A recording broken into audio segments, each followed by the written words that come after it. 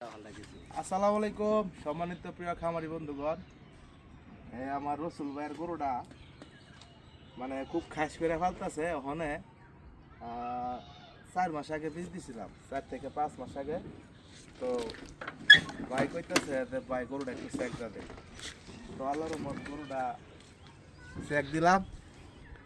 Check দেওয়াতে one তার কইতাছি না গা বইলো না কি হইলো। আলহামদুলিল্লাহ আলহামদুলিল্লাহ আল্লাহু আকবার।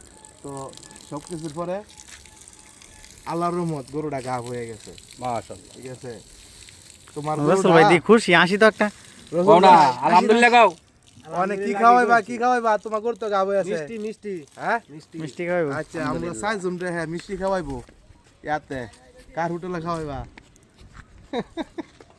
ওই যে ওই যে দুলাল ভাই এদিকে আইতো আইতাছে। এদিকে ফিশটা ঠিক এখন আছে। কিন্তু আবার এই যে আবার দুলাল কাকা মিষ্টি খাইতে আইতাছে ট্রাউজার সহ। দুলাল ভাইয়ের গরুটাও কিন্তু এক দিছি 5 মাসের গাব গরুটা কিনে আনছে। যে বহন কিনে আনছি আমার 4 বছরের এটা বলে গাবি এ নাই দুলাল ভাইয়ের টান দে। মিষ্টি আল্লাহ খাইনে জানি আইতাছি না মিষ্টি খাওয়ার ভাগ হয়ে গেছে দুলাল ভাই। স্যার আমারও তো আজকে কিন্তু হুদা মিষ্টি আর মিষ্টি।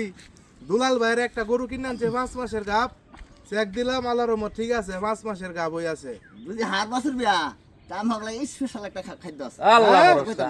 তাই নাকি?